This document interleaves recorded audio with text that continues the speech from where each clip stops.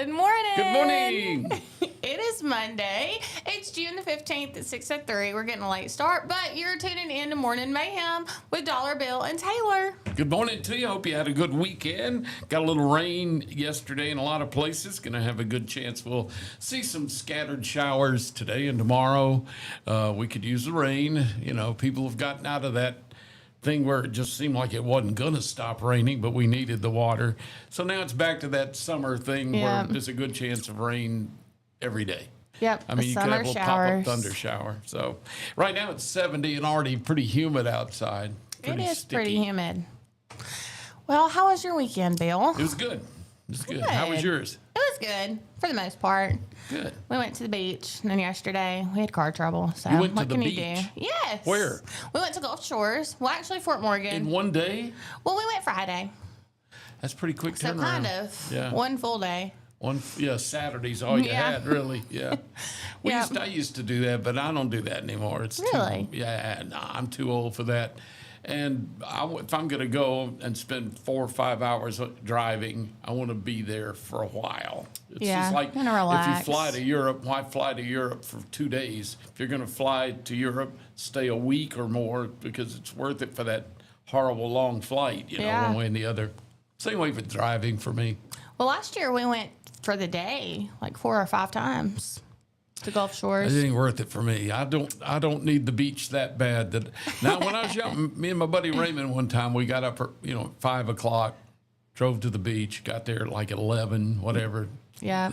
10, stayed on the beach until 6 or 7 and got home at midnight, Yeah. But I was 19, 20, 21, somewhere in there. You're a spring chicken. I was a spring chicken.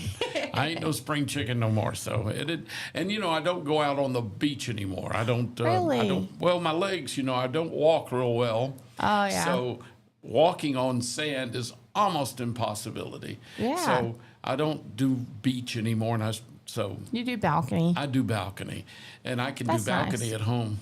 Yeah. I can have Mary spray salt water in my face with a spray bottle and make those seagull noises, and I feel like I shut my eyes, I'm there. If you throw French fries up, will she dive for them like the What? seagulls do?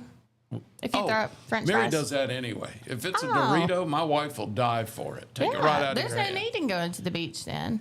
Yeah, I don't need to go to the beach. That's I've got nice. some crows that I've just about got ready to do that.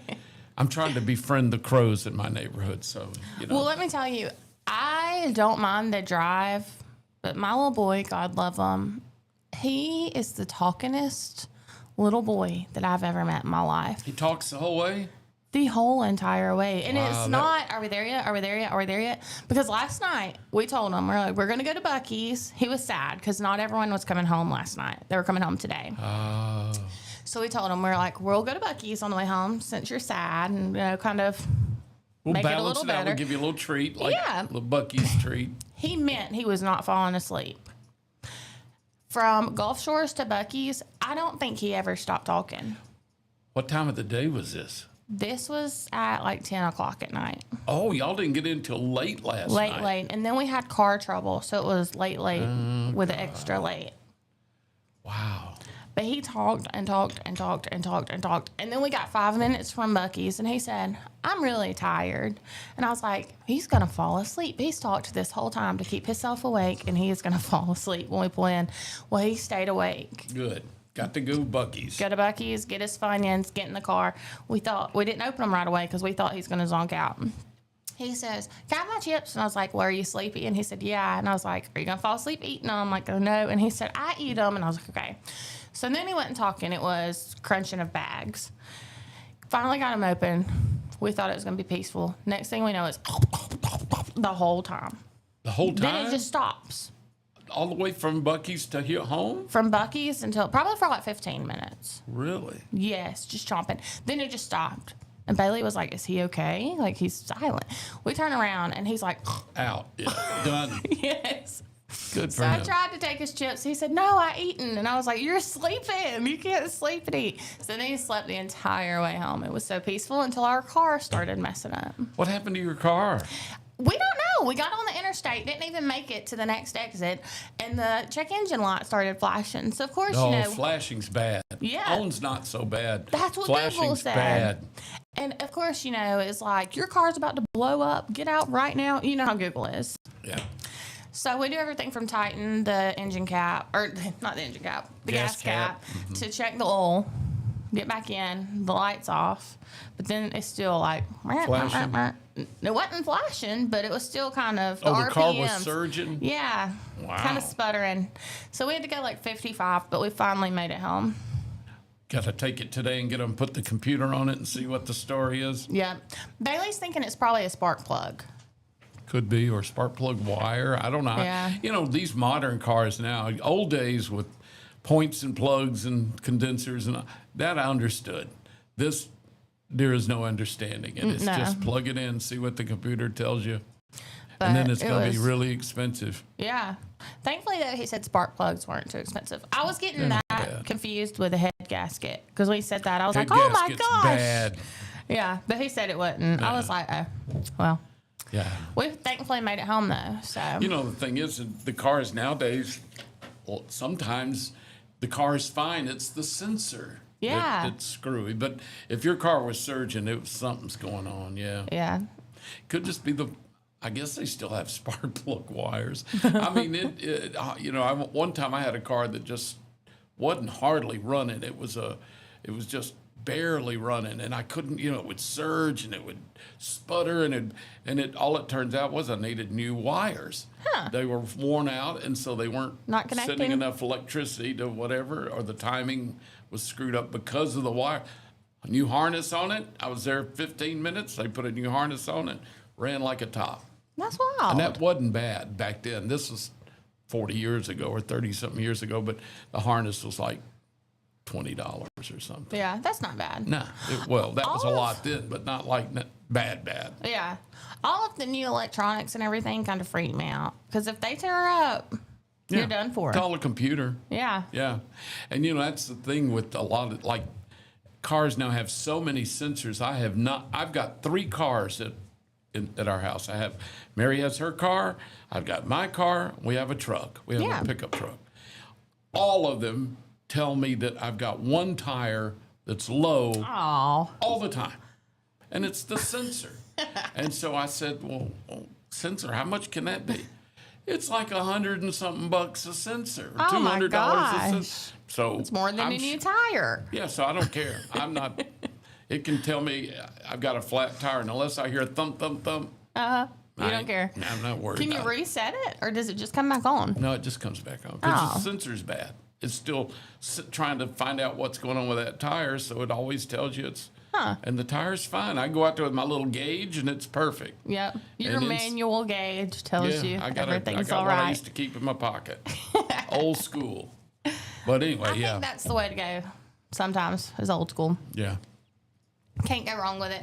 Well, Miss Wanda is watching. She said good morning, and she said thank you to Mary for sharing you with us. Well, So Mary's sweet. happily sharing me. She's so glad when I think when I leave the house, she is. I can actually, when I'm going down the driveway, even this early in the morning to come here, I can hear somehow in the back of my head he's gone. But then, and of she's course, got the house to herself. And yesterday, it's Sunday. So in the afternoon, I decided to run an errand. I went to the store, Piggly Wiggly or something. And in the time I was gone and got back, she had moved 4 pieces of furniture. She's one of those people that she cannot stand for a room to stay the same for more than just a couple of, maybe a month or so. And then she just has to move stuff. So you move into a new house every once a month. Yeah. Some part of it.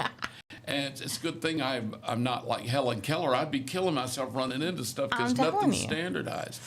And so she moves, and then she moves stuff. She gets this itch that she just can't stand it being the same for any length of time. So she'll, in a kind of a panic, move stuff. I know she's got, what is it, OCD or ACDC? I don't know. She's got some letters. She's got something with letters. And she'll move stuff that make no sense, none whatsoever. You walk in and you go, what?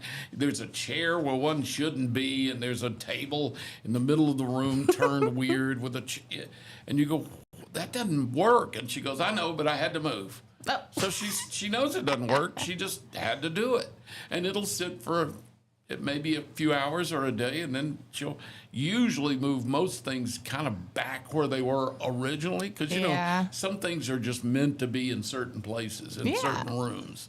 I mean, like, you know, in our living room with the fireplace and the TV, that is the focal point of the living room. And one time I came home and the sofa was completely had its back to the TV, and I said, "What? You're not leaving it like that, are you?" She said, "No, but I just had to change it." Okay. Do you complain about it, or are you past the complaining stage? Oh yeah, I don't. Yeah, I just tell her. Just I'll point out, hopefully, diplomatically, that maybe that's not the best, you know, setup, or that maybe that might not work. I used to go, "That's stupid," you know, or of course, you know, I slept in the car for a few days, but no, now I try to, you know, and now I also understand she's got a sickness that just, and she'll tell you that's what it is. She doesn't know why. She's always been that way. She just, you know, for me, now I could set a room up like with my sofa chairs, TV, whatever, and never move it for decades. If it works, it works. Well, I mean, I might even buy a new chair because that one's worn out or whatever. But you're putting it in the same place. place. It's going in the same place. You know, my work is, if it works, it works. And I guess there are alternative things that could work. But to me, if you find the optimum where everything works and it's comfortable, why? Get a new lamp. Put a new rug. You know, that's fine. Put a new little tchotchke thing on the table, whatever. She's got them everywhere. She's got things everywhere, you know, and that moves around, and that's fine with me. That's kind of like an aquarium. Fish are supposed to move, you know. Well, things in the room can move. I'm a lot like Mary, but we have a couch that, I don't know how our living room is. You can't move the couch. Because if you put it against the wall, you can't use the recliner. And then Bailey says you can't have a TV here and have to look at it like this, you know. See? But I've got 2 chairs and then Deason's little play couch that I swap out. I just... Yeah, well, one see, day Mary maybe kind on of this tries side to of the do that. She'll yeah. move the chair from there to here and put the settee from here to there. Now, when I was a kid, my mom and dad would wake up and all my furniture would be swapped around. Really? Yeah. I'd be up in the middle of the night like a little pack rack, just moving all my stuff. Put it back where you want it? Yeah. Yeah, well. And they'd be like, what did you do? Mary, I don't know how it didn't wake them up. I've got a weird thing about like beds. I don't want my head under a window. Isn't that like a superstition? No, I just, well, it may be, but I don't know that. I just don't like it. I don't like having a window right behind my head. I don't know why. Huh. But that's a personal preference, you know. But she'll put a bed on the ceiling if she thought she could get it to stay up there. That is funny. Yeah. Well, at least it's something new every day. It is. It's something new every day. So much fun. So much fun. Well, thank you to our other watchers and listeners, too. We appreciate you so much. We do. And we thank you for watching, for listening, and we hope you're going to have a good week. Yes. Good news. It looks like there may be an end to the war. President Trump yesterday, on his 80th birthday, and fighting on the lawn of the White House, but he also announced that they're going to sign the agreement to finish the Iranian war if everything holds straight to Friday. Awesome. In France. So the war should be coming to an end Friday, officially. It's still a little sketchy, but it should happen. Already this morning, oil prices dropped by like $25 a barrel. I mean, they were up over $100 a barrel, you know, just a week ago. And now I think this morning it was $80-something a barrel. Wow. Now, back before the war, it was down in the 60s. Yeah. And that's not going to change. It's not going to go back to the 60s again. But, boy, getting down in the 80s, we're already going to see a drop in gas prices. Absolutely. They're claiming they're going to open the Straits of Hormuz on, you know, if they sign Friday. And everybody goes, yay. But don't forget, the Straits of Hormuz is full of water mines, underwater mines. Oh, no. And so, yeah, it's going to take weeks. Or they can move some ships through there because they know where it's open, but it's like not wide open. So where they've got all these ships that are locked in there and been there for months. And you remember these ships, some of these ships are huge. Yeah. They can't just all start chugging out of the Straits of Hormuz because of the landmine. So they got to do one at a time.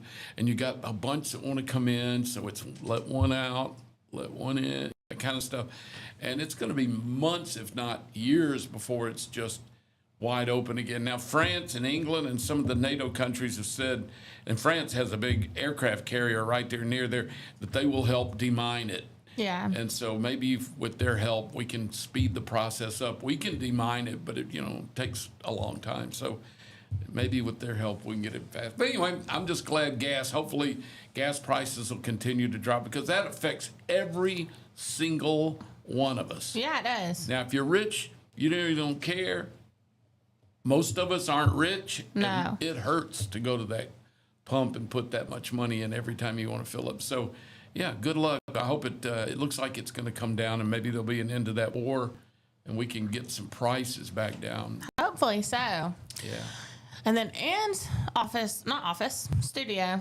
We're not in office. We're in the Clayton Thatcher studio. We have 3 visitors today, I believe. Well, tomorrow is election day. Yes. So you'll be going to the polls tomorrow for the For runoffs. the runoffs, that's right. You should vote if you haven't. I mean, it's your God-given American citizen right. Yeah, they And so said you should only do it. like 20, maybe 25% voted in this last election Yeah, well, in Chilton County. the first one was low because it Yeah. was a midterm. So now this one could be even lower for a lot of folks, but it's a shame. Yeah. Because it's important. And we'll be talking to 3 candidates, local candidates here this morning on the runoff. So and then of course the big election comes up in November. So Yep. But tomorrow polls will be open from 7 to 7. So definitely get out and vote. I voted the last couple of weeks, month ago or whatever. Mm-hmm. And I pulled up and parked, and I vote now. I just moved. Yeah. So I had brand new polling place now is in Columbiana rather than up in Alabaster. And when I was in Alabaster, where we voted was a mess. It was on 119, and traffic was a nightmare, and they had to put I bet. policemen out there to actually stop traffic to let voters in and out, or Oh, you'd man. never get in and out. And it was just a mess. Nobody's fault, it's just where it was. But they changed our polling place for the last election when I was in Alabaster, and it was better. It was at a big school, and it was better getting. It wasn't on 119. So anyway, this one is in downtown Columbiana, and I thought, ooh, it's going to be kind of tough. I got Yeah. there and nobody, middle of the day, but still, there just wasn't that big a turnout this Yeah. last time, and it kind of disappoints you because. It's your right to vote. People died for our right to vote. And I know a lot of people feel like, my vote doesn't matter. It does. There was an election down in Marion, Alabama. And I follow that because, I got friends that live down there, and I went to Marion Institute. Yeah. The one guy upset a guy that had been there forever and ever. And I'd not heard great things about the guy that had been in office anyway. And this new guy ran. He won. He beat the old guy out. Oh, wow. 1 vote. Oh, my goodness. 1 single vote won it for him. And of That course, is the other wild. guys having them recount. But apparently the recount came out the same.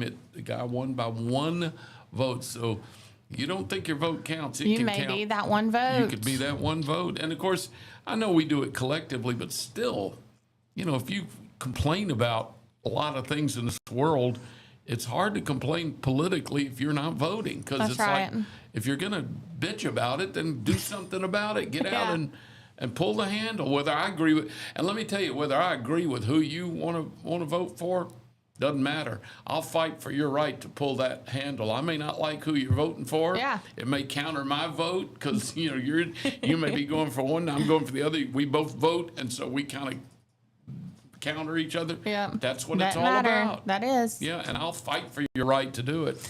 So tomorrow, polls will be open 7 to 7. I know this is the first election that Bailey is in, like an HR position. And so he works as like a team. And so somebody called, one of the employees called and told the girl he works with that they needed to go vote. And she was like, well, you have to go after work. Like, you can't go. And Bailey's like, that's illegal. You can't tell her she can't go vote. And he was like, oh. So she said, you can yeah, legally you take have to time off allow from them. work? Yeah, you have to allow them so many Really? hours. Yeah. God, I wish I'd known that. That's what Bailey, and he was like, you can't tell him she can't go vote. She's got, you've got to let her have so many hours, even though she could go after work.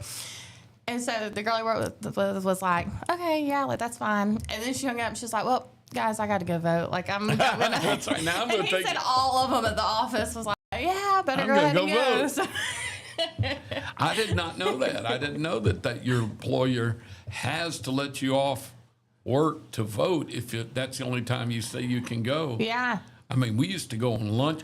I used to go on lunch breaks, try to get, I might be a little late getting back, but I would lose my lunch break, to vote or Yeah. try to get off as soon as possible and get to the poll. But, I usually got off, or I could go before I went to work. I mean, you Yeah. could work it in. And they don't close till 7. Yeah, so, I 7 mean, to 7. Sometimes I didn't have to be at work till, maybe 10 in the morning. Sometimes I had to be at work at 4, but I got off at 2. So, Yeah. I mean, you can work around very few people work 7 to 7, but yeah. you know what? If they do, Well, and it's I a think 12-hour too, shift. because I know when I worked at the bank, like if I went at 7, there was a line, I'd be late to work, 7 in the morning.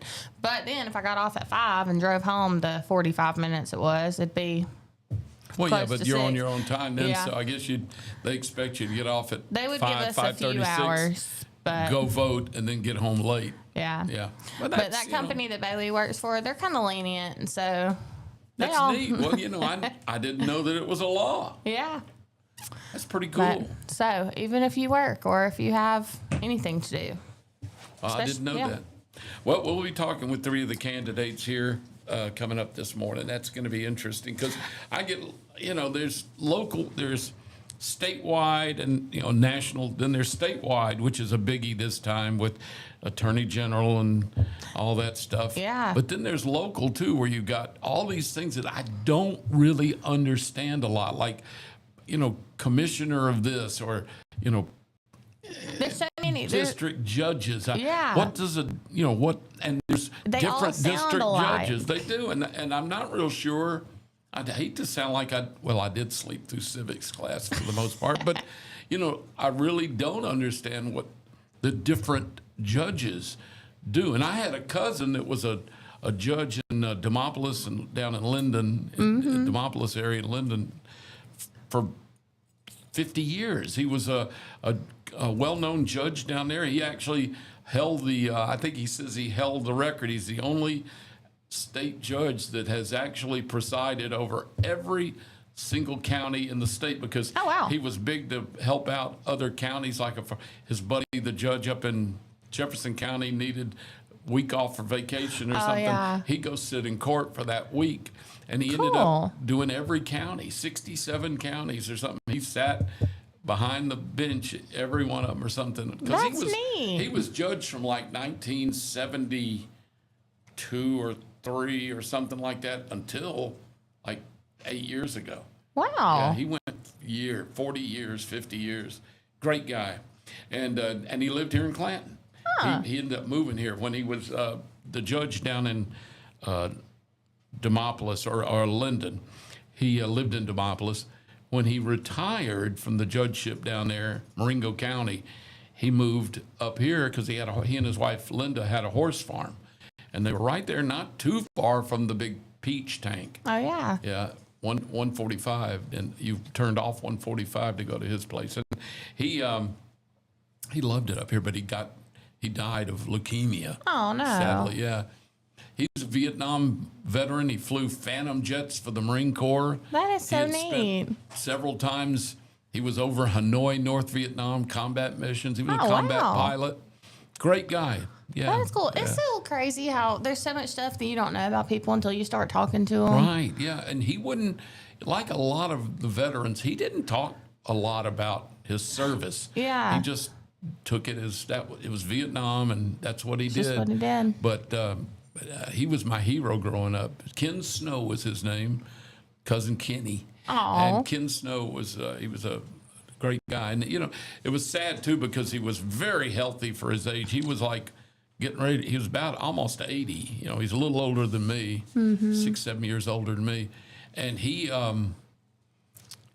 his doctor told him, you need to get the COVID vaccine. You've never had it. He never had COVID, never had it. So he said, at your age, you should get the COVID vaccine. He said, well, it's over now, isn't it? And he said, no, it's always going to be out there now. You need to get the vaccine. He said, all right. So he went and got it. And apparently it gave him leukemia. Oh, my gosh. And he died. I've never heard that. That's wild. I hadn't either. Apparently there's some studies that say, I think, people over the age of 70, if you get the vaccine for the first time over 70, that could, I don't know. Oh, man. It was just all a swirl to me because he was he owned a horse farm. He rode horses every day. The guy was in better shape than I've ever been in at 78, 79. I mean, he really was. He was in excellent shape. That's awful. And, so sad. But good guy, Ken Snow. Wow. Thank you for his service, I guess. I hope his wife, Linda, hadn't talked to her in a long time. I hope she's doing good. They still live, here in Clanton. Yeah. Yeah. Well. Or she does. Has her horse farm. Well, it's coming into 6:30, and I think one of our guests should be no guest, but we need to take a break anyway. Yeah, we do. So we're going to take Thank a our quick break. sponsors. Absolutely, and we'll have guests starting around 7:00 hour. So it's June 15th. It is Monday. Go get you a cup of coffee, and we'll be back after this break. You're tuning in to Morning Mayhem with Taylor and Dollar Bill. Looking for the perfect way to unwind, compete, and have fun with friends or family? Then Putter Up Pelham is your next destination. Whether you're a mini golf pro or just out for a good time, Putter Up offers a one-of-a-kind indoor putting experience with custom effects lighting, sounds, and robotics at each hole, plus automated scoring and a virtual caddy to guide your game. And our ADA-compliant courses include special putters for individuals using wheelchairs or walkers, so everyone can join the fun from ages 4 to 100. Rain or shine, day or night, it's always game time at Putter Up. Come for the fun, stay for the challenge. Swing by Putter Up, where every stroke counts.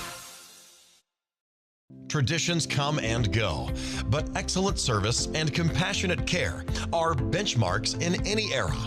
That's what Ellison Memorial Funeral Home is committed to providing you, whether through the pre-arrangement process or seeking services at your time of loss. Ellison Memorial offers a noticeable level of care and attention to detail. Others do not. So before making a decision based on yesterday's traditions, experience the Ellison difference when it comes to your loved one's final arrangements. You'll be glad you did. Call us today at 205-280-4600. Ellison Memorial Funeral Home, setting the new standard in local funeral service excellence. We are always here when you need us. Underage drinking is deemed by many adults to be a rite of passage. Parents who host parties for youth may think they are being protective, but they are actually putting their youth at risk of physical and social consequences. Know the truth. Underage drinking and social hosting is a bad mix.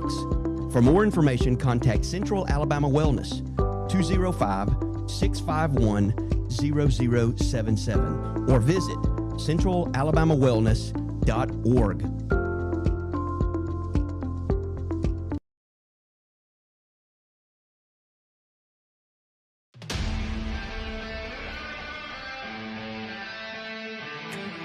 There's a pride that comes from employing over 6,000 people in America.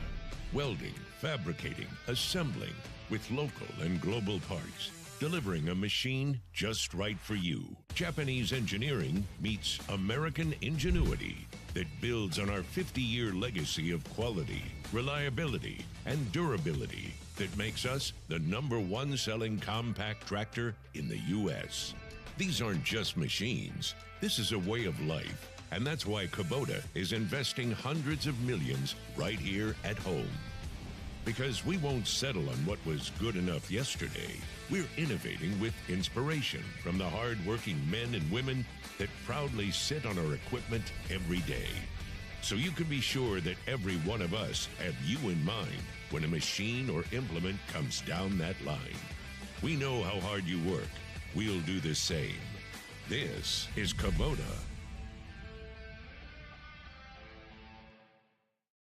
Well, good morning. It is 6:32 now. It's about 28 minutes away from 7. We're glad you're with us on this Monday. It's a little muggy outside, foggy in some areas too. When I was coming in, I hit some fog.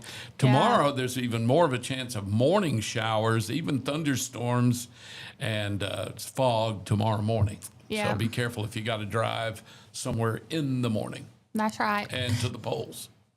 Thankfully, Hopefully by the time the polls open, though, most of it will have burned off, you know. Oh, yeah. It'll get warm enough that it won't be so Get the sun up, burn it off. dewy out there. Yeah.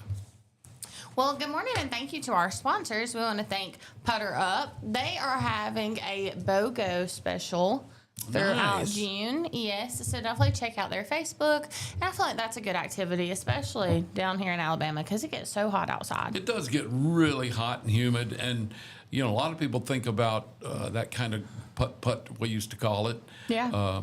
Being an outside, but with Putter Up, it's indoors, so it's That's air right. conditioned and it's fun. I don't know if you haven't been yet, you need to go right there in the break between Hoover and Pelham, and It they used are. to be an elementary school where they're it was located at. Valley something elementary. Yeah. Green Valley or Valley something. Anyway, I remember when it was a school just 10 years ago. Yeah.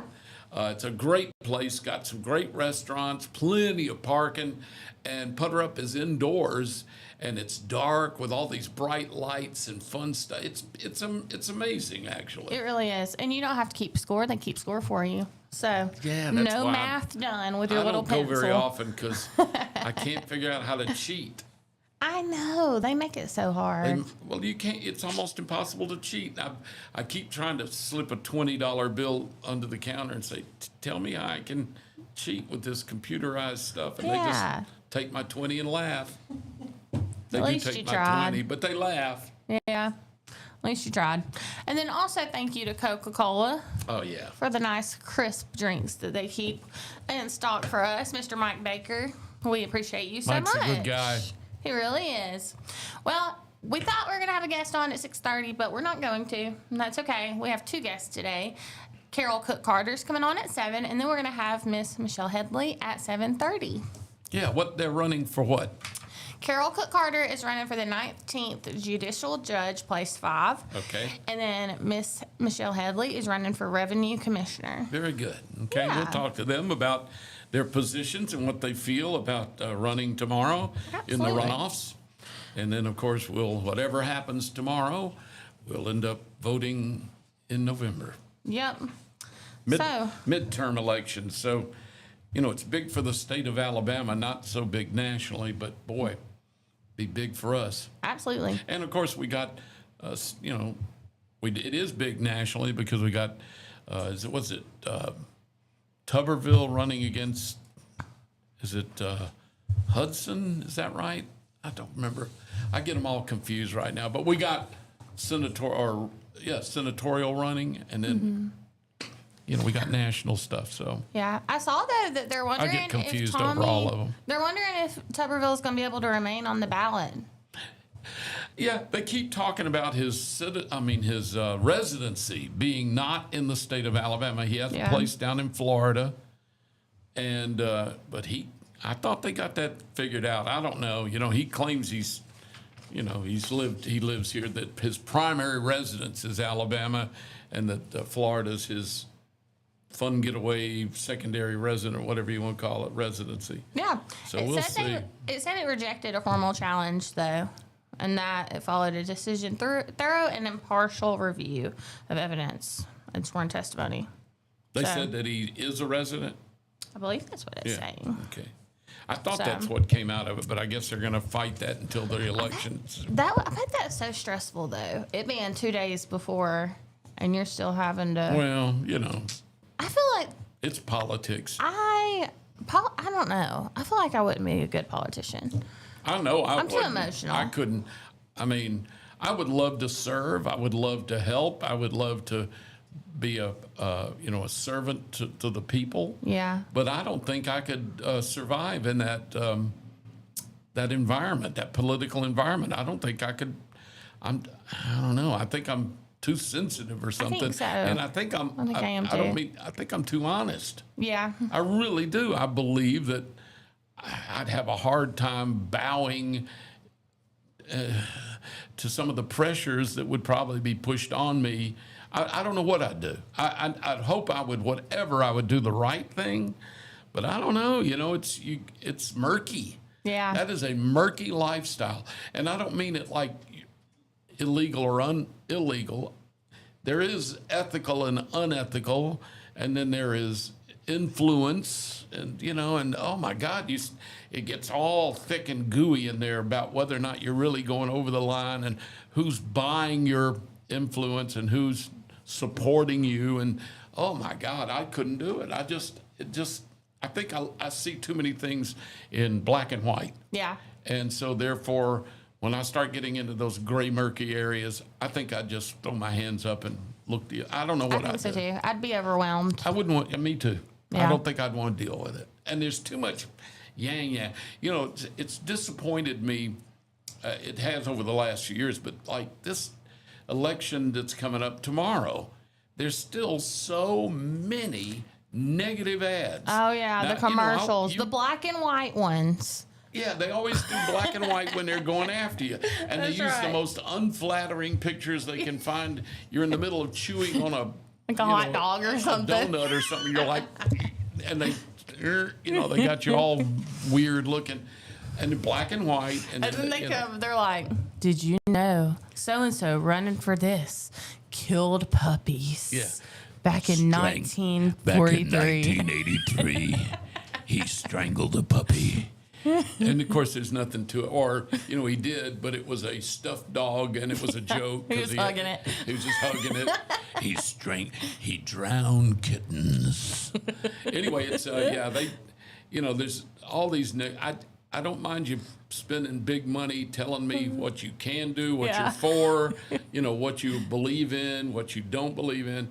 But I also I'll be honest with you, I get so tired of this back and forth about whether or not you are endorsed by Trump. Yeah. And, for the Republicans, because, he has endorsed, he picks one and endorses them.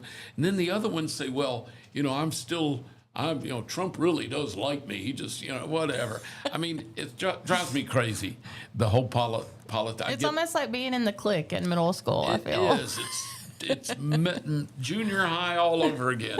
And then this negative stuff I don't like it. No. I just think I don't like people spending money trashing another candidate.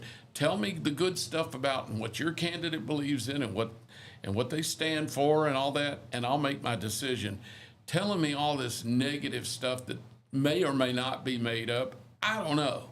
Yeah. And then it gets that picky stuff. There's one about one of the candidates, whether or not he really served. Well, he was in the Guard or he was in the National Guard or the Alabama Guard. And one guy said, well, that's not really serving. Well, yeah, or combat, whether they wore combat boots and all this. And it's going back and forth, and it drives me crazy. I know. Because that doesn't serve my purpose, or it doesn't really make you happy to be a part of the political process and go in and vote. No. Just people, and you don't know if it's true or I would think it's stuff that can be blown up if it is just taken out of context. Yeah. Whatever.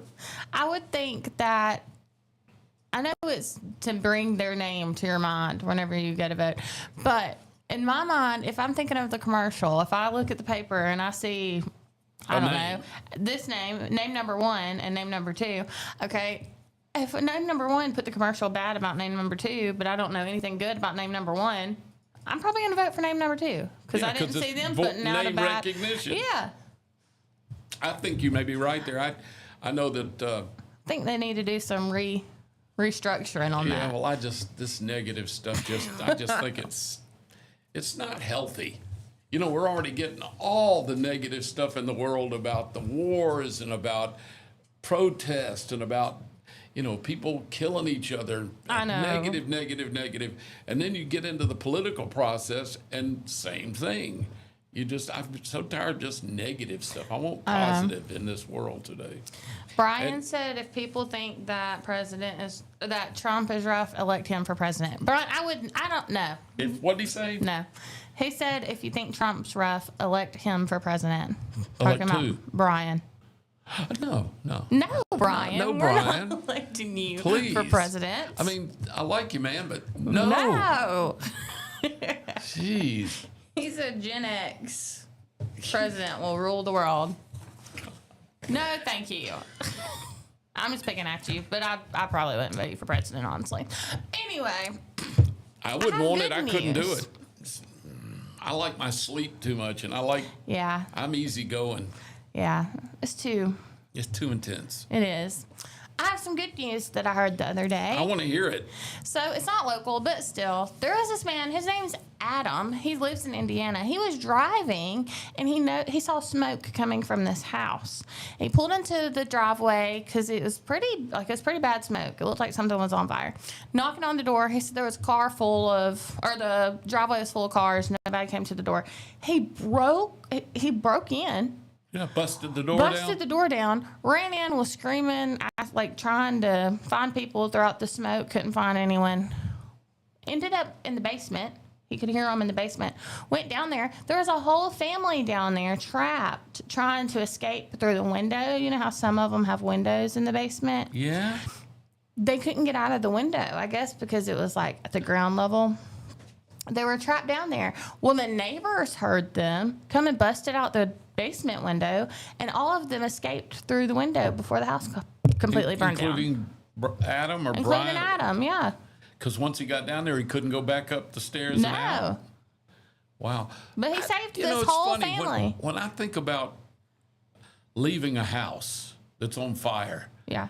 I don't usually think about going down into the basement. I know. I unless wouldn't it's either. A basement that has double the garage doors out. You know, that seems like a trap to me. Me too. See, if he could Or break I down wonder the if front they door thought and get in there, they could have got out. They could have gone out the Yeah. front door. Unless they were already in the basement or closer to the basement. Well, maybe so. Maybe they were already down there partying or something. Maybe so. Or maybe they thought that the I fire thought you were wouldn't going to tell get me down when he there. broke in and couldn't find anybody, he went out in the backyard and they were barbecuing. No, it could have been a bad story. Oh yeah, just thank But- God that him and the neighbors got everybody out. I know. Yeah, if I was down in my basement, I do have 2 windows in my basement. Could you break them out? No, Not at all. When you're in the basement, they're up, which is in the underground. Underground, yeah. The 2 windows are really high, Yep. and with a ladder, I guess I could get up there to them. Huh. I don't know, but where they are, if you go out the window, you're going to fall again because 10 feet because it's the steps outside coming to the cellar. Oh, yeah. So the windows got open spaces on either side. Oh, my So gosh. if you got to the window, you just have to decide to drop, I guess. I mean, I don't know. yeah, I I'm wonder not going to the basement if there's a fire. if they weren't already down there, I wonder if they thought maybe the fire wouldn't come down to the basement. Could it? I guess it could. Oh, yeah, it could. Well, first of all, who wants to Everything be would in a fall basement down. if your house is above you burning and going to collapse down into the basement, burning mist? Yeah. You know, there's I don't know. you don't go Hopefully to the they basement. were just all the way. I don't think I'd go to the basement. Maybe they were just already down there. Especially if there's no way out other than a window. Yeah. There obviously wasn't a door down there. No. I don't know how they ended up down there, but And, congratulations to Adam for those being windows like that, like in mine, they're not full-size windows because they're just made to let light in Yep. for a dark basement back in the day. This house was built in 35. Oh. So it's a short, long window with thick glass it's not meant to be opened. Yeah. You'd have to break it anyway. And so, yeah, no basement for me. I'll have to make, if there's Basements no are door to creepy. get out, I'll make a door. Yeah. Or just jump out of one of your regular windows. Yeah. You could do that too. I could do that because I'm on the ground floor. Yeah. I might fall 1.5 feet. Not too bad of a fall. Ba-dum. I'm jumping. Do basements creep you out? Like, are they creepy to you? My basement will creep. My wife, we've now lived in that house. You know, we started looking at it back in April or May of over a year ago. We ended up going through the buying process through May, June, July. We moved in August. She's never been in the basement, and Really? we'll never go. What do you have She's- down there? Nothing? Nothing. Well, the furnaces and Just- stuff, but it's an old house built in the 30s, and it's a creepy basement. It's Yeah. got a basement that used to be the coal cellar where they would dump the coal. The truck would back up and have a chute and fill that area full of coal, and then a big old coal-fired furnace, you know. Oh, wow. And that all's been taken out, you know, back in the 50s and made modern, but you still have the area. You can even see on the floor where the cement was poured for the walls to hold the coal, you know. And matter of fact, I think one of the windows that's in there now was the coal chute. I don't know, but it's creepy because then there's in the little room is kind of dank and low and, you know, the way below ground, which would be great for a tornado. Yeah. But then there's also crawl spaces all around, and that's creepy looking. Ew. So what I did is when I bought those huge skeletons to put on my porch for Halloween last in October, I stored them in the basement. So It's a if good you go place down for these 'em. creepy steps, when the minute you step down the bottom of the creepy steps, you look around in the dank darkness, and there's big skeletons hanging on the wall. And I had a guy from AT&T come to fix my internet, and turns out he had to rewire not cable. What's it called now? The Ethernet. Yeah, well, it's the modern stuff, not cable, but Oh, the fiber. fiber. Fiber optics. He had to run a new fiber line from outside the house through the house. So he had to go in the creepy basement. And I told him, I said, you know, he said, do you have a basement? I said, it's a creepy basement. He said, no, I'm good with that. So I said, okay. So I turned on the light, and he looked down and peered into the dim darkness at the my bottom of gosh. those creepy steps. And he started down, and you see nothing but bricks and cement as you go down. It looked like you're going into a dungeon, honestly. And I heard him get to the bottom of the steps. I heard him see I said, be careful, be aware of the skeletons in my basement. He goes, oh, he didn't know what I meant. I heard him hit the bottom of the steps. He went, he saw the skeletons looking at him from the walls. He was good natured about it, but he had to go up in that creepy crawl space and everything. Oh my Yeah. gosh. He was great. Yeah. But There's no my telling wife what. has never been in the basement and never will go. I don't even like finished basements. Well, you know, I told her, I said, well, I will tell you, if we hear a tornado coming, and we've got all these huge pecan and one live oak tree in the yard that would cleave the house terribly, I said, you might want to reconsider going into the basement. Yeah. Just So now get down the she's stairs told and me close your eyes. I got to fix the basement better. Oh man. I got to make it more More homey. homey. Yeah. I got to fix it up. So I'm going to have to get I don't know what I'm going to do. And that, I've told her, I said, well, most of the tornado season's almost over. I think of tornado season being February through about July or August. Yeah. So I said, I'll do it next year. Oh yeah. You'll just have to bite your lip if we have a tornado between now and I get it fixed. Well, have you watched any of the soccer games? You know, the World Cup No, is. I'm not I didn't watch the NBA finals either. I didn't either. I'm I not- don't know who ended up winning. I hope the Knicks did. They did. They did? The next one Good. at Saturday night. Sunday morning, New York City was all ablaze. Woohoo! People had been partying all night long. There was I'm a bandwagoner, but Yeah, congratulations to them. That was the first time they've won the NBA championship. I guess they said in 53 Yeah. or 54 years. I think it's been since the 70s. 54 years, Yeah. whatever that is, 53 years. And then, of course, they've been to the finals 2 times, and that was in the 70s or the 90s or whatever. Mm-hmm. So it was a great celebration. And, of course, as what's happened in many, some of the celebrants just decided it was time to just destroy things. I don't get that. no. I can see you being out drunk, crazy, laughing, hollering, go, whatever they holler, Knicks, whatever. Yeah. By the way, I think a lot of those people don't even know the original name is Knickerbockers. Yeah, I learned that not too long ago. Yeah, the New York Knickerbockers. Yeah. It's an old phrase from back in the 20s. But anyway, they started tearing up, setting buses on fire and tearing out windows and, rioting, turning their celebration into a destructive riot. I don't know why that happens, but it does. I don't know. People are ignorant sometimes. People are nuts a lot of times. But, for the most part, it was just a few hooligans, whatever, few people that did that. But, I'm glad for them. But I didn't watch any of the games. I'm not a basketball fan. And then soccer, I don't know much about soccer. I can watch it a little bit, but I don't understand the finesse of the game. So I'm just I watch it kind of like I watch hockey, only at least hockey fights break out, and I can see that. I can enjoy the fights. I know. There's Soccer, not a lot of they fighting in nip soccer. it in the bud.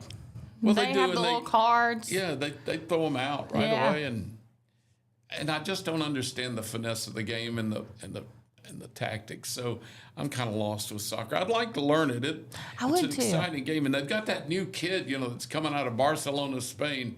Messi is the guy that's been the big name in soccer. He was in Auburn. He was in Auburn.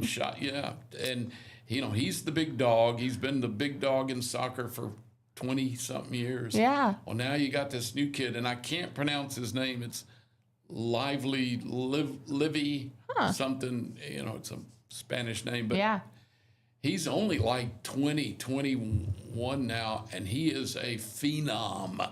He was a phenom at 15, but he's just amazing. They say there's nobody hardly like him, and he's probably even better than Messi was and all the big names before him. He's just got this supernatural power, and he's a kid, and he's still young, and he's actually very grounded. I did see an interview with him on 60 Minutes, I think it was, last night, and he's just really, he doesn't speak any English, but he's very grounded for his age and everything, but he's amazing. I would like to watch him play, but I don't really understand. He does make moves that don't even seem possible. I know. We were in Orlando a couple of years ago, and there were these two brothers outside. They stayed in the same area as us, and they were practicing soccer, and they couldn't have been much older than probably 6 or 7. Watching them and their footwork unbelievable was crazy. It's amazing. This kid, they say, he's, even when he was like 17, 18, playing against guys that were in their late 20s that were seasoned professionals, he could just confound them because they say he moves like a dragonfly. A dragonfly can just go left, right, up, down. Yeah. I mean, they're like a helicopter, but faster. And that's the way this kid runs. He can just double up. They say he can actually... It almost looks like he sends his shadow one way and then he goes the other to throw people off. Yeah. And they showed some clips That of is him wild. during that interview, and I don't even know how you do that. I mean, it looked like magic. It looked like a physically impossible feat the way he moved. That is crazy. So I'm kind of excited. I guess I need to learn his name. He plays for Barcelona, so I know that. And he'll be playing, I think, his first game is today or tomorrow in the States. I know. I need to publicly, I think Thursday when we were on here, I was on here with Jalen. I said that all of the games were in the United States, and that's not right. They're all in North America, or in the Americas. Right, yeah. I think there's some in Mexico. Are there any in Canada? Yes. Yeah. They said Canada, Mexico, and the United States. Bailey's boss is going to all of the ones in the United States. All of them? All of them. He said that this was his top bucket list thing. And so he's in some kind of association with FIFA, like a member, and so he was able to get a deal and go to one of every. But we got pictures of him this weekend, and he's dyed his hair like an American flag.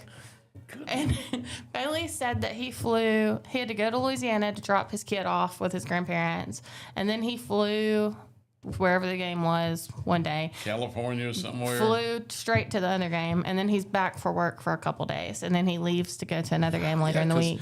They're playing in Orlando. They're playing all over the United States, plus Canada and Mexico. But I told Jalen, I was like, no, I think it's all in the United States. I was wrong on that one. Well, but you're close. Most of them are in the United States. Yeah. We had our own World Cup here in Chilton County. I heard that. And was it 4-year-olds? It's coming up. It's July 6th to the 10th, and it's going to be all kids from 4 to 14. Wow, 4 to 14. Yep, the YMCA is hosting it, and it's with a soccer association. It's the UK International Soccer Association. Yeah. That's neat. So they're coming. They're going to have a World Cup camp, and they're providing age-specific sessions, and then at the end, it's going to be a tournament. That's pretty cool. Yeah. You know, I have British friends, Croc and Jeanette, and they are big Liverpool fans. They don't like Arsenal at all. They are huge Liverpoolians, and because that's closest big city where they grew up in England. Do they call it soccer or football? They call it football. Deason calls it football too because he's been watching Bluey, and they're from Australia. So we went to McDonald's the other day, and he's like, football toys. Well, you have to say football for soccer, what we call soccer. Yeah. And then why it's are we American the only football. ones who call soccer football or Because- soccer? No, the question is, why do we call football football? What do they call it? Well, I mean, Or I is don't it know, but just think here? about it. Soccer is football. Yeah. They Nothing don't but feet. touch it with their hands hardly, except the goalie and the guy throwing it in. Everything's with your feet, chest, or head. Then you play football in America, and except for kicking a field goal or kickoff, there's no footwork. No. I mean, it's all throw It pass. doesn't make sense. It doesn't. It should not be called football in America, but I think we It is. should learn and practice bouncing the soccer ball with our head. Have you ever seen it? It'll come all the way across the field, and they're like, boink. Yep, but that the problem with that is head injuries and concussion. Really? And so there's a protocol out now where they will not let little kids or young people head the ball anymore because it causes concussions. Oh, I didn't even think about that. Yeah, and so it's weird because here's the deal.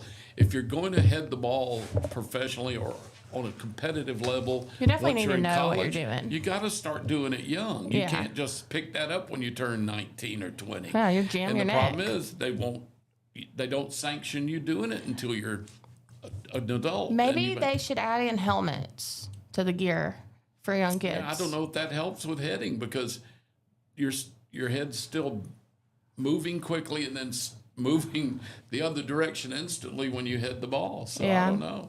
It's weird because I know, the heading of the ball has always been part of the sport, Yeah. but only since the NFL came out with their protocols for concussions, other sports started looking at concussions, and the next one down is soccer and heading, because you also can get concussed from hitting the ground, running into somebody, all and all kinds of that. things. But heading it is direct. It's like targeting. Yeah. You're using your head to stop a speeding, fairly heavy big ball the other way, and you're not wearing a helmet or any Yeah. headgear. So, it's Well- nobody. So you're not supposed to let your kids head the ball, but if they don't, how are they going to learn to do it? So I know. I don't Maybe know if it'll they're just going be to end up. practice with squishy balls. Yeah, or just That it. stop heading the ball in soccer. Take it out altogether. Yeah, I don't That's think right. you can do that, but Well, I like don't you know. said, maybe headgear would help. I think so. It's coming in, it's past the 7 o'clock hour now. It's 7:01, and we have our first guest. So we're going to go to break real quick.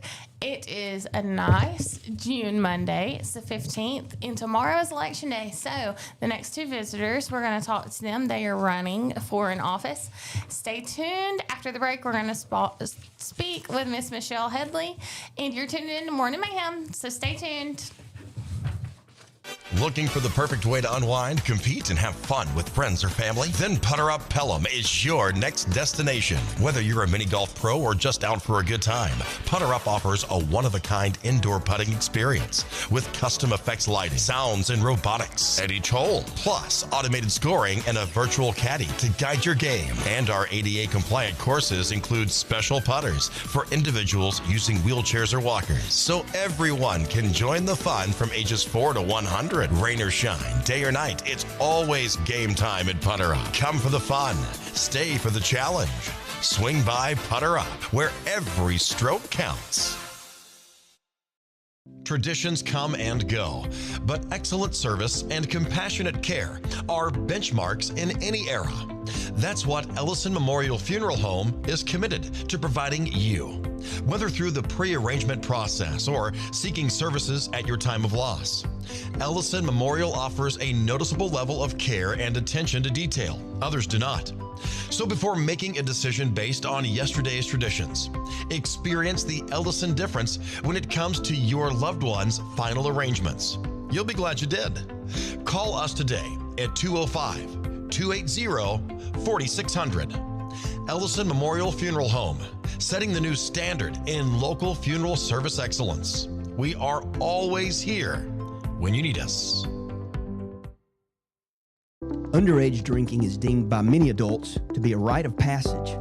Parents who host parties for youth may think they are being protective, but they are actually putting their youth at risk of physical and social consequences. Know the truth. Underage drinking and social hosting is a bad mix. For more information, contact Central Alabama Wellness, 205-651-0077, or visit centralalabamawellness.org.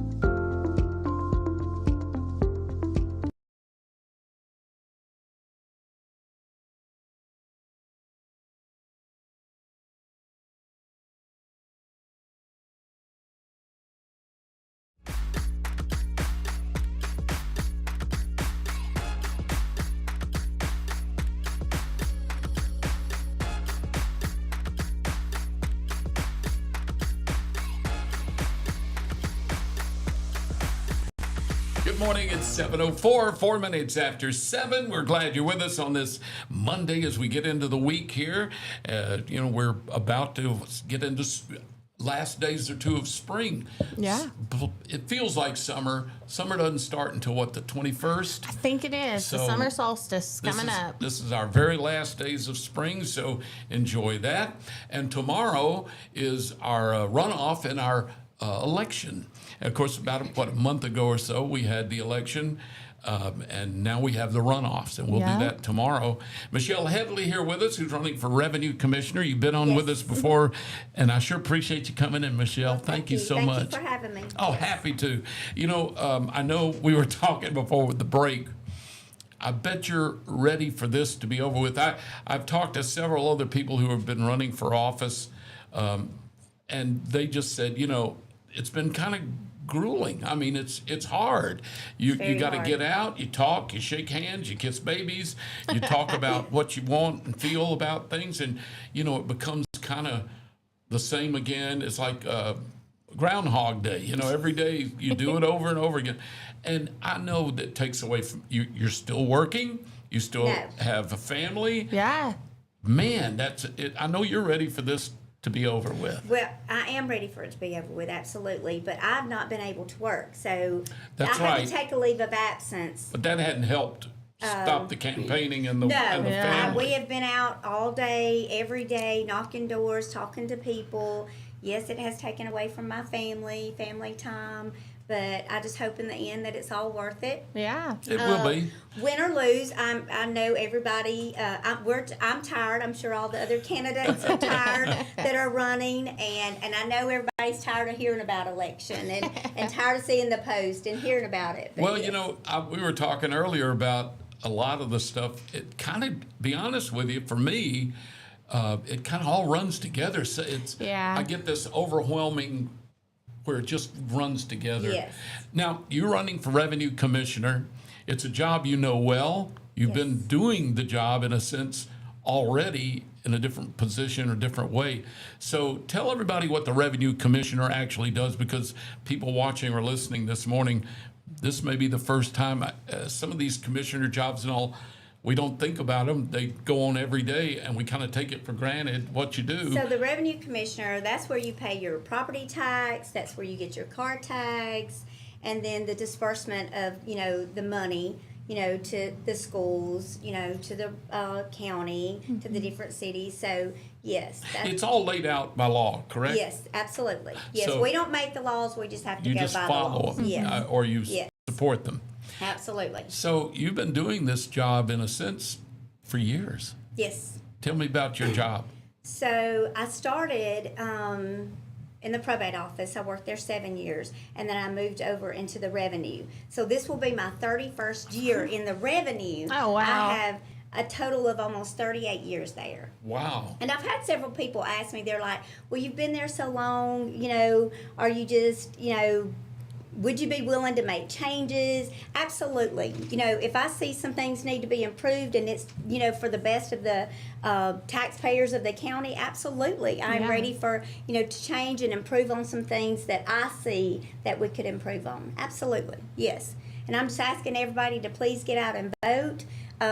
Every vote matters in a runoff election like this. You and I were talking. You knew Yes. somebody that won by one vote. One vote. Yeah. Yeah, so every vote matters. So just please, everybody, get out and vote tomorrow, regardless who you're voting for, which I hope it's me. But, you know, regardless, get out and vote. Yes. Well, Michelle, you know, we talked about that, and you just mentioned a good thing. You know, we had this election a month ago or so, Yes. a little over a month ago, and now this is the runoff. This Yes. is so you're running off against one other candidate for your position. Right. Now, turnout for midterm elections are statistically usually kind of low. Yes. And this last one, I don't know what the percentage was I heard, but It was low. It was low. Yes. And so this one could be even lower Absolutely. because people, like you said, have kind of burned out on a lot of this stuff, Mm-hmm. and it's summertime and the kids are out of school, whatever. Right. But you know, you and I mentioned before, and this is so important, our right to vote. Yes. So many people take that for granted. Yes. And they think, well, I'm not going to fool with it. But you know, people lived their lives supporting, and many men and women have died, Right. given their lives for our right to be able to go vote. We shouldn't take that lightly. So tomorrow, I hope people will remember to go out to their polling place, open 7 to 7 tomorrow, and vote. Yes, Mark I that mean, ballot. absolutely. Because, you know, we have put a lot of, you know, time and effort and into this. So, and yes, please get out and exercise your right to vote. Yes. Yeah. So like I said, I may not agree with everybody who they vote for, Right. but I'll fight for their right to go do it. Exactly. You know, God Yes. knows that my 3 sisters, ooh, we're so opposite on the spectrum. That, Right. you know, at least I can blank one of them out. Yes. That leaves the other 2. That's right. That's right. But yes, No, it's- I just appreciate y'all having me on here. Well- Yes, and I ma'am. just ask that everybody please get out and vote for Michelle Porter Headley for Revenue Commissioner with the time that I've put in, and I hope everybody sees the dedication that I have put in to run in this race. Like I said, I had to take a leave of absence, so I haven't worked. Since January without pay. Is that right? There's Yes. since My goodness. January? Yes. Once you declared yourself a candidate, I could not go back you couldn't to go work. back to work. No. That's considered a conflict of interest, correct? Wow, and no pay. No pay. Wow. Well, thank you for your sacrifice to Thank run you. and, Yeah. and for your dedication to want to do. You know, I think people who are called to serve, people who do their job not just because they need a job, but because they want to make positive Yes. impact in this world. Thank you for that. And You're welcome. I think almost all candidates are that way. I think they have a servant's heart, and I love that. Yes, Yeah. I So- love my job, and that's why I'm running. I love what I do. I love my community. I love helping the taxpayers in Chilton County. I mean, I honestly love my job, so that's why I'm running. I'm not running, for any other reason but to help for things that I can see that I can change and help improve. Very Yeah. good. Yes. Michelle, thank you for coming in Thank and you for having me. being with us this morning. And I hope you can victorious tomorrow. And I hope Thank you. you can then get some rest. Yes. That's right. I'm ready. Get some rest and then go back to work. That's right. Yes, that's one thing. I'm ready to go back to work. I'll yes. bet after since Yes. January. That's Yes. amazing. Thank you Absolutely. again. Thank you. Thank Michelle you for having Headley me. with Thank us. You. Running for Revenue Commissioner. And again, the polls open tomorrow, 7 a.m., close at 7 p.m., gives you 12 hours. That's right. And as you brought out earlier, Yeah. your boss has to let you go vote. If you can't do it while you're before or after work or during lunch, they've got to give you a chance to go vote. Yeah. I didn't know that. Yeah, that's your right. I'd have voted, That's right. that's why it's a good thing I vote 3 times a day. That's what they say. Don't forget to vote and vote often. That's right. That's right. In the South. Thank you, Michelle. Thank you. It's 7:12, 12 after 7 o'clock. We're going to take a break. We'll be right back with more. And we have another candidate for another position coming up in just a little bit. We'll talk with him as well. Coming up right here on Piper Peach Radio. Stay with us. Looking for the perfect way to unwind, compete, and have fun with friends or family? Then Putter Up Pelham is your next destination. Whether you're a mini golf pro or just out for a good time, Putter Up offers a one-of-a-kind indoor putting experience with custom effects lighting, sounds, and robotics at each hole, plus automated scoring and a virtual caddy to guide your game. And our ADA-compliant courses include special putters for individuals using wheelchairs or walkers, so everyone can join the fun from ages 4 to 100. Rain or shine, day or night, it's always game time at Putter Up. Come for the fun, stay for the challenge. Swing by Putter Up, where every stroke counts. Traditions come and go, but excellent service and compassionate care are benchmarks in any era. That's what Ellison Memorial Funeral Home is committed to providing you, whether through the pre-arrangement process or seeking services at your time of loss. Ellison Memorial offers a noticeable level of care and attention to detail. Others do not. So before making a decision based on yesterday's traditions, experience the Ellison difference when it comes to your loved one's final arrangements. You'll be glad you did. Call us today at 205-280-4600. Ellison Memorial Funeral Home, setting the new standard in local funeral service excellence. We are always here when you need us. Underage drinking is deemed by many adults to be a rite of passage. Parents who host parties for youth may think they are being protective, but they are actually putting their youth at risk of physical and social consequences. Know the truth. Underage drinking and social hosting is a bad mix. For more information, contact Central Alabama Wellness, 205-651-0077, or visit centralalabamawellness.org.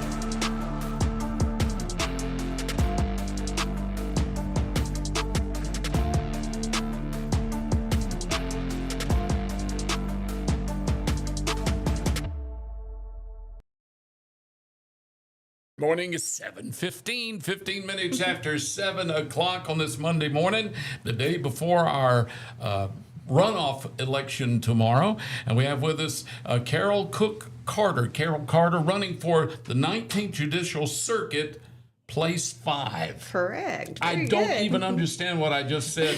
Carol, good to be with. Thank you for coming in and being with us. Thank you. I'm happy to be here. Are you tired of running?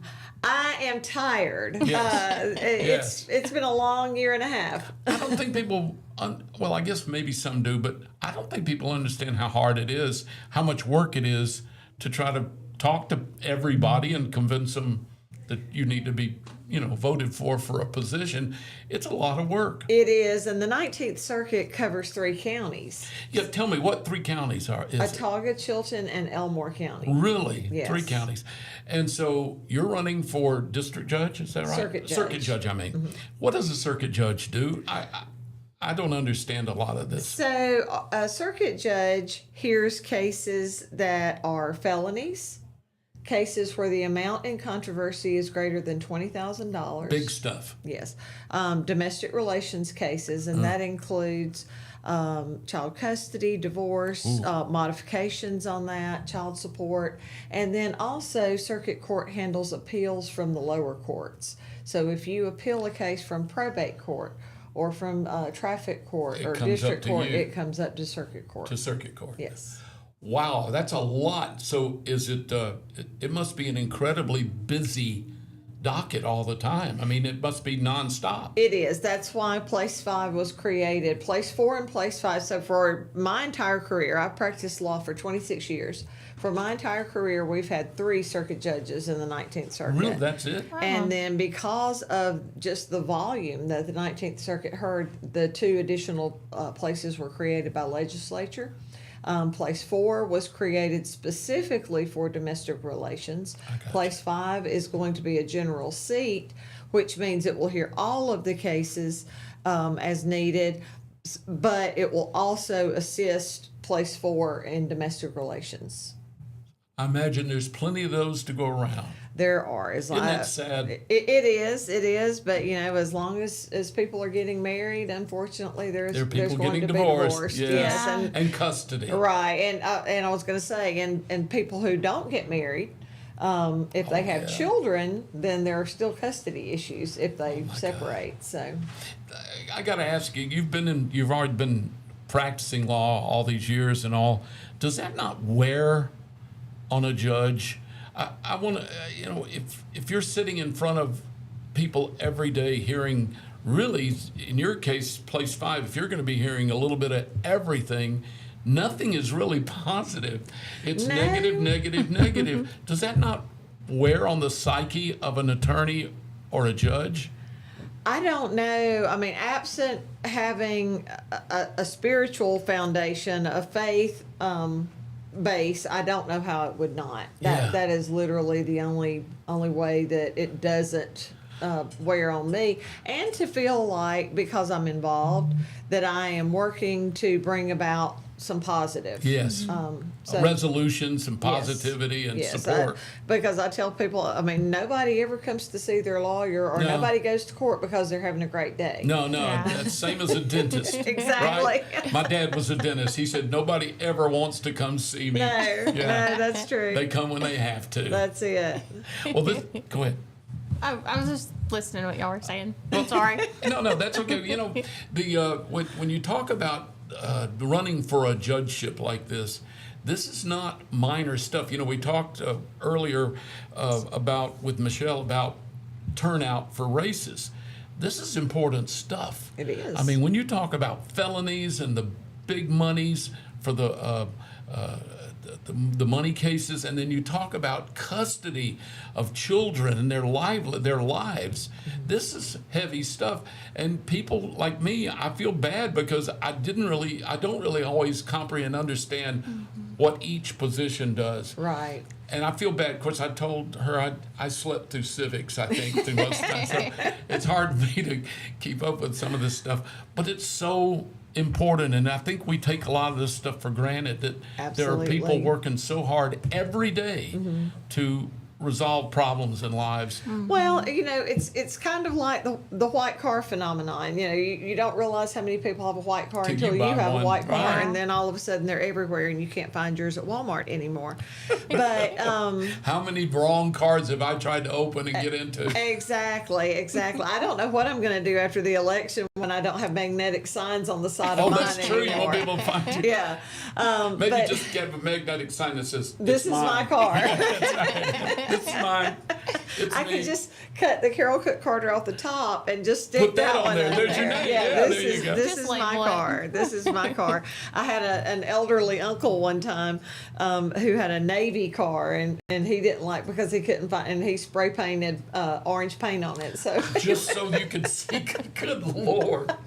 Oh, I have done that with luggage. yes. I had black square luggage like a million other people. Oh, yeah. And you can't ever tell if that's yours coming around the carousel. So I put fluorescent orange tape on it. And all That's- kind of. yeah. My That wife was takes so mad at highlighting to a me. new level. It does. It does. When you spray paint on your car. Yes. Yeah, I think that's kind of cool. Well, and that's one thing that I hope to bring about.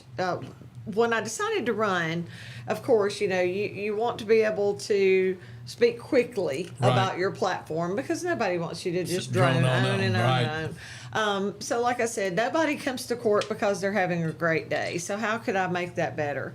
And three things that I want to ensure if I'm elected to be circuit judge is I want everyone who comes in front of me to feel heard. As an attorney, sometimes a case gets worked out and the client obviously is happy that it's worked out, but something I would hear over and over again is I never got to talk. I never got to speak to anybody. It was all lawyers and Right, yeah. and process, and yes, it is a process, and yes, when you do it every day, you go from point A to point B, and you want to make that as quick as possible. But we cannot lose sight of these are people's lives. It's human. These are people's lives who have been affected in some of the worst ways in circuit court. So I want every party to have an opportunity to speak if that's what they choose to do. So I want every party to be held responsible, and I think responsibility and personal accountability, is so lacking today. So I want to reward good behavior, and I want to address poor behavior. I after you finished being a judge, would you become a doctor? Because I'd like to have that from doctors as well. Nobody listens to you anymore, and oh gosh, listening is not. It's hard. It is a lost art. It is a lost art. There's so many times, as parents, we take our children and we say, "Listen to me." Right. And sometimes I want to do that with Go grab adults. a I just want to take their face and say, "Listen to me." I know. As a preschool teacher, I'm like, "Where's our listening ears?" Exactly. Catch a bubble. Yes. Catch a bubble in your mouth and open your ears. And then third, I want to help. Yeah. I truly want to help people get past and find a workable solution to get past whatever issue has brought them to the court. That's awesome. Now, as a practicing attorney, you've gone before judges, right? Oh, yes. Right? Yes. What have you taken from those experiences other than what you just told us, which is amazing to be? But as a judge-attorney situation, have you learned anything not to do or something you want to do better by dealing with some other judges as an attorney? Well, one thing about the 19th Circuit is we are very fortunate. Our judges, we just had 3 that retired after long careers, and they were wonderful. Good. And they've been replaced, those 3 seats, and then placed 4 with the election of Judge Calhoun. They have been filled with some wonderful people. Good. So I really do have good experiences here.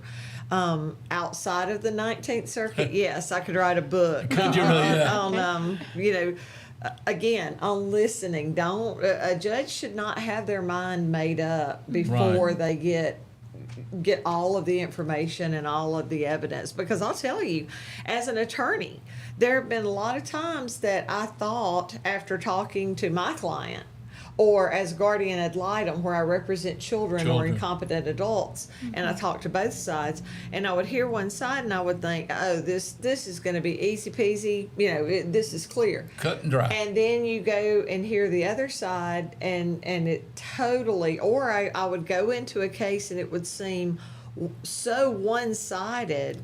And then as information unfolds and new things happen, balance out a little it's differently. like, wow, I never thought I would end up actually coming down on the other side of a case. But it's important to listen and, Well, that's and what to trials get all are the all information. for, isn't it? Absolutely. I mean, that's supposed to bring out everything so that a judgment can be made honestly. right. I mean, Right. well, all right, so you're running for this sounds hard to do, but to be a judge like that, if you become the judge, which I hope, good luck, I hope you do tomorrow. Thank you. How long do you want to do this? How long do you think you could stay there? Well, I could serve, because of my age, I could serve 3 terms. 3. You have to be... Is there an age limit? Yes, there is. Oh, I didn't know There that. is, yes. You cannot be over 70 years old when you take office. Okay. So 70's the top end for beginning your term. right, so you can be. You can ride it out. Yes, you can finish out your But if you're you have 70, you Right. can't. you can't take the office. Right. So, wow. I So would you got be able 50 years, right? yeah, I wish. I would be able to serve 3 6-year terms. Oh, that's great. So I could serve 18 years. That's great. Well, I appreciate you coming on and talking with us because, again, when we talk about some of the commissioners and the judgeships, I think most just general public, and I consider myself part of just regular Joe, don't understand a lot of this. Yeah. So I appreciate you coming on and explaining because I've learned a lot talking to you in the last 10 minutes. Yeah. We see voter turnout in midterm elections and in runoffs be so low, which I think is sad because there are people that would give anything to be able to vote Right. For their leader in People an have honest given election. their lives for our right to do Right, this. exactly. And that really bothered me in the primary because we were right there before Memorial Day. Yes. And I thought, That'll you inspire got people somebody. that are not even going to vote, but yet we're going to talk about Memorial Day. Well, Yeah. I mean, what better way to honor our dead than to exercise a right that many of them died for? But Yeah. of course, to be even more negative about that, a lot of people on Memorial Day just worry about barbecue and going to the yeah, water. that's true. I think a lot of that's been forgotten It too. has. And a It lot of has. people confuse Memorial Day with Veterans Day. Right, and 4th of thank July, God, and- yeah, thank God for all of our veterans. Nothing negative. But Memorial Day is for those who gave the ultimate, That's that right. died for That's us. right. And Absolutely. to right to vote tomorrow. Absolutely. So I hope everybody will get out and do that. I will say, Carol, that here's the deal. I want you to start doing these things. Like I love watching these memes and things on internet where all the judges, a lot of them are doing the things now where they show in court and they deal with crazy people. Oh. Yeah, you need to start doing a thing so I can watch you deal with these crazy people. I mean, there's some judges that are amazing. And that judge, the guy from Rhode Island? Oh, he's been on for years. One of the most amazing human beings that I've ever seen. He's kind, he's fair, he's smart. He's not like a Judge Judy, who's very smart, but Right. she's a snappy, she's entertainment. Right. This guy was a judge like I would always want to go before if I had a problem. Even if I was guilty, I'd want to go in front of him because he was fair and he did what you're talking about. He comes across as a guy that really listens to both the attorneys and the victims or the people that are being. Well, I served In here court. in Chilton County for 2.5 years as child support referee, so I heard the child Ooh. support cases, and even when people come in and they've not done their parental duty by Right. supporting their children, there's no need to treat them without respect and integrity Yeah. unless their behavior warrants it. Right, Now, right. Now there's some that right. I'd want to come over the bench and just throttle them. And that's just human nature.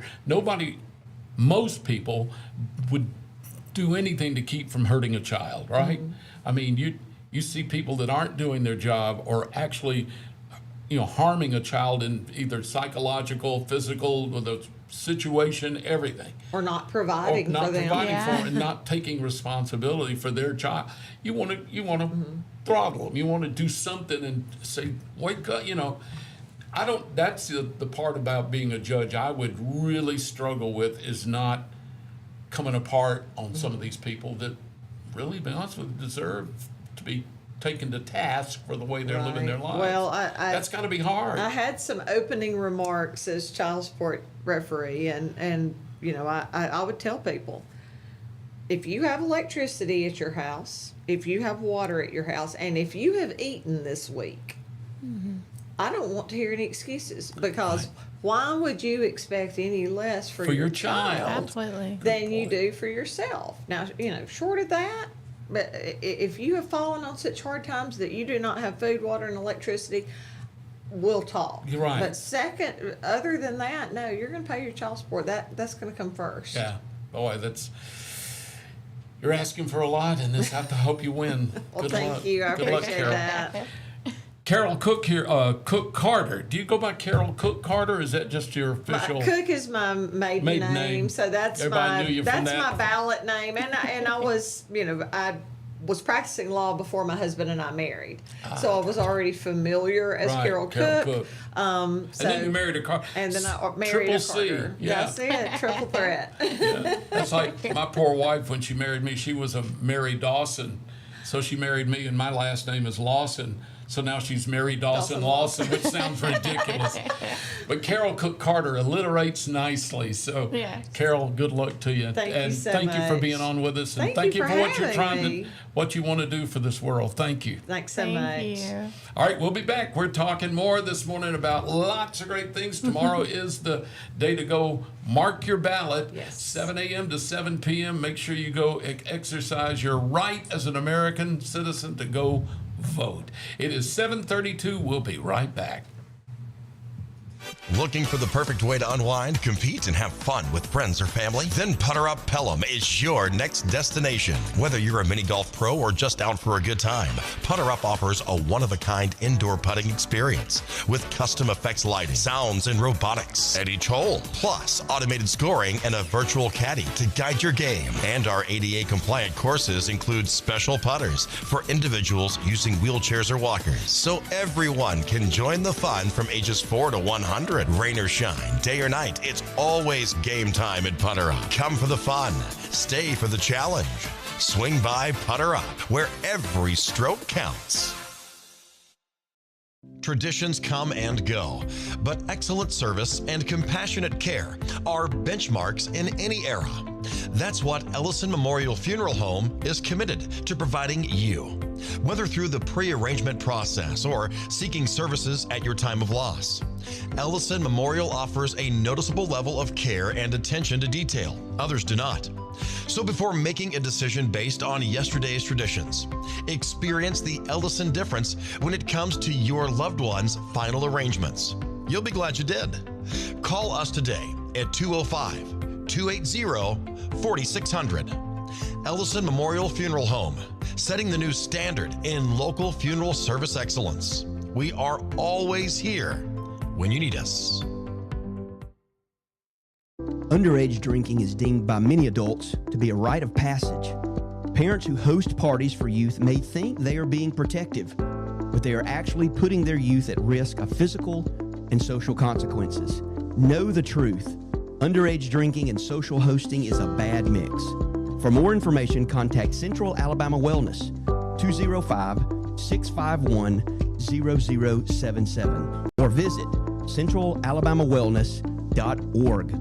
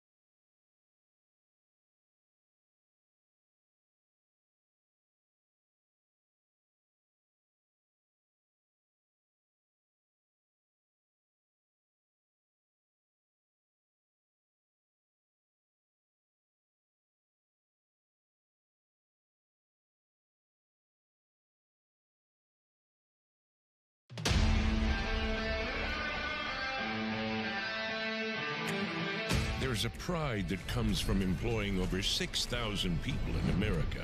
Welding, fabricating, assembling with local and global parts. Delivering a machine just right for you.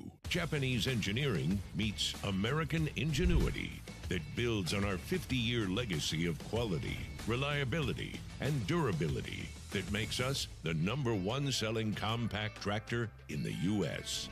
These aren't just machines. This is a way of life. And that's why Kubota is investing hundreds of millions right here at home. Because we won't settle on what was good enough yesterday. We're innovating with inspiration from the hard-working men and women that proudly sit on our equipment every day. So you can be sure that every one of us have you in mind when a machine or implement comes down that line. We know how hard you work. We'll do the same. This is Kubota.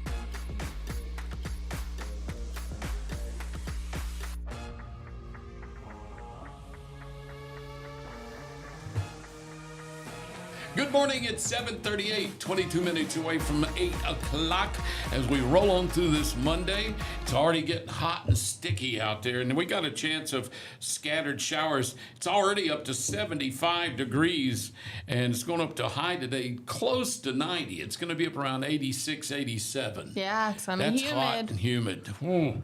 It likes to kill me. At my age now, I can't take it. I went out yesterday afternoon. I had plans to do some stuff out on our porch and on this little patio area. I was out there like 10 minutes and went, nope. That's all I did. I went out and started trying to move some stuff around. I went, nope. And I just walked back in. Mary said, what are you doing? I said, I'm done. She said, you were out there 4 minutes. I said, done. It's too hot and humid, and I'm just not going to do it. And I know that's probably, the word lazy might come into play there, and it's probably true. But I'm telling you, not in that heat and humidity anymore. I know. It's too unpleasant. And I didn't work my whole life, 50 years, and got to my age to live unpleasantly. Oh, what did that's you come? right. Are those? I don't know. We have. Are those? Is that old box I had? Don't tell me. He's going to open it, and there's going to be a confetti popper in here. No, there's. Oh! Wait a minute. Are these fresh? Woohoo! Donuts! Oh my God. We're off the air now. Bye-bye. Good to see Have a you. good Thank you. Have a day. nice day. Do you know what Decent calls these? What? Church donuts. Yes. We've got some good old church donuts here. Old-fashioned glazed Glazed, donuts. puffy, wonderful glaze. Oh, the other day, they don't make My them mouth early. is just but, I'm a salivating. big fan of Licking Good Donuts, Twisties. I've never had one. Crack. Well, I guess it's a They good thing. are crack. Are they filled? No. No. They're oh my God, I can't. You can't even describe I them? can't describe them. Oh, my goodness. One bite and you actually, honestly do hear angels singing. I've been in the car. It's not just the hearing aids? No. Oh, my goodness. You can be stone cold deaf. You take a bite of that twisty and you'd hear, it's the most, and of course, since they're big, they're about, a foot long and they're big and twisted. They're beautiful. You bite into it and all that glazing explodes from your face And if you're driving down the road with a smile on your face, chewing on a Twisty, you are completely glazed in donut glaze. How many do you normally order? That's a good question, because if I'm by myself and I'm going home, I'll order 3. And that way I can eat one while I'm driving home and wipe all the glaze off when I get home and pretend like walk you in with didn't. me and Mary a Twisty each. Smart. And she doesn't know that I've already devoured A one. nice warm one. And they're that, yeah. And they're they're huge. And then I eat the second one like it's my first. Now, if I'm by myself, I'll just order 10 and just pull off the side of the road and eat them until I die. You know, that's how I am with the Jim and Nick's cheddar biscuits. Oh, they're good. So good. Dipped in ranch. That's the Have only you ever thing dipped them in ranch? I've never dipped them in ranch, So but I good. like them. Jim and Nick's cheddar biscuits. Yeah. I used to love I think they were cheddar biscuits too at Red Lobster. Oh, yeah. Those are But good. I never liked Red Lobster for anything else. Their service got to where it was awful. Yeah. And their food was not that good, except for those wonderful cheddar biscuits. You can buy the mix in the store. Yeah, I've seen them in the It's store. not the same. But then I got to make them. Yeah. And I can screw anything up. I don't. Have you done them? I have. They're not the same, though. No, I wouldn't think so. It's like, It's better when someone else makes it for you. you know, you were talking about going to New Orleans Yeah. and going to having beignets at the Café du Monde. Yeah. They sell the mix. I know. And I've made them a million times. Not as good. Never as good. No. And I followed the directions. They're not I as tried- good when you get them to go either. Yeah, that's true. Those are the things you need to eat while they're fresh and hot right out of the oil. That's right. They're good. Powder them and pop them in your mouth right Yeah. then, and Just within a few minutes, through tear it. them up. And I even drink that coffee they serve at Café du Monde that's got the Yeah, chicory in the it. Cafe LA. For some reason, the chicory coffee, which I would never drink at home, Oh, yeah. is delicious. It tastes with the burnt at home. Yeah. Well, it is know. burnt. I mean, it's Yeah. got chicory in it, which is akin to having ground up peanut shells in Yeah. it. Ugh. I think it's powdered sugar. I think they put something in it. I think it's got a little crack in it too. Yeah. Because it seems addictive. I'm sitting here staring at these donuts. know. I These don't are want to eat from one live Michelle on the Porter air, Headley. but I'm looking at the clock and we still have like 15 minutes. I know. So I don't know what I'm going to do. We're going to Either. take a Can we- 4-minute break and Yeah. then I'll eat 2. We'll take a break, and then we'll take a break again in 10 minutes. and then we'll take another break And then we'll, and yeah. we'll be done. Yeah. So we could put away half a dozen. But at the end of the There's show. 10 donuts left. Well, That's 5 each. If we don't let Baden have it. well, he's already had 2, so Did you eat 2 of them? he probably has a only whole. won. He Somebody has a else got whole. I bet he has a whole dozen out there, You think and he's so? been eating ours. He said he Oh, just told us to yeah. hold on a minute. He's probably got him under his desk hidden. I bet he does. I bet he. Oh, I told you. Look at this. Oh my So God. this is your So- dozen. Well, we got 12 and 10. 22. We got 22. Well, we did have That's 24. 11 each. Yeah.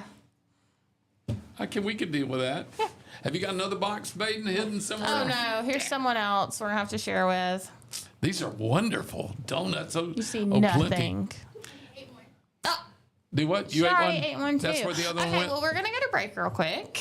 That's all right. It's 7:45, so go get your cup of coffee. Go order your donuts so you can go pick them up at Looking Good. Yeah. Get And we're gonna go eat a And it's donut while time y'all now hear you from can the probably get the sponsors. Twisties. Yeah, try the Because they twisties. don't get them early. You got to get the Twisties like after 8 o'clock or something. I don't know why they're Those always are so second late. breakfast. That's their yeah, and they don't make that one early, and I don't know why. I guess because it's so busy making the jelly filled and the fancy Yeah. sprinkles and all that. That must be time consuming. Because the Twisties, I guess, you just twist them and fry them. I guess so. Those may just be a retirement Oh, they're special. so Once good. everybody gets to work, then they put them out for the Oh, retired they're people. worth it too. I'd sit if I got there at 6:30 and they said they don't come out till 8. I'd sit in the car and wait. You'd take you a nap. Just sit, listen to the radio, listen to Piper Peach radio, and take a break. Yeah. Yeah, Well, we're about to listen to the break. that's right. We And do eat a want to thank donut. our sponsors. So,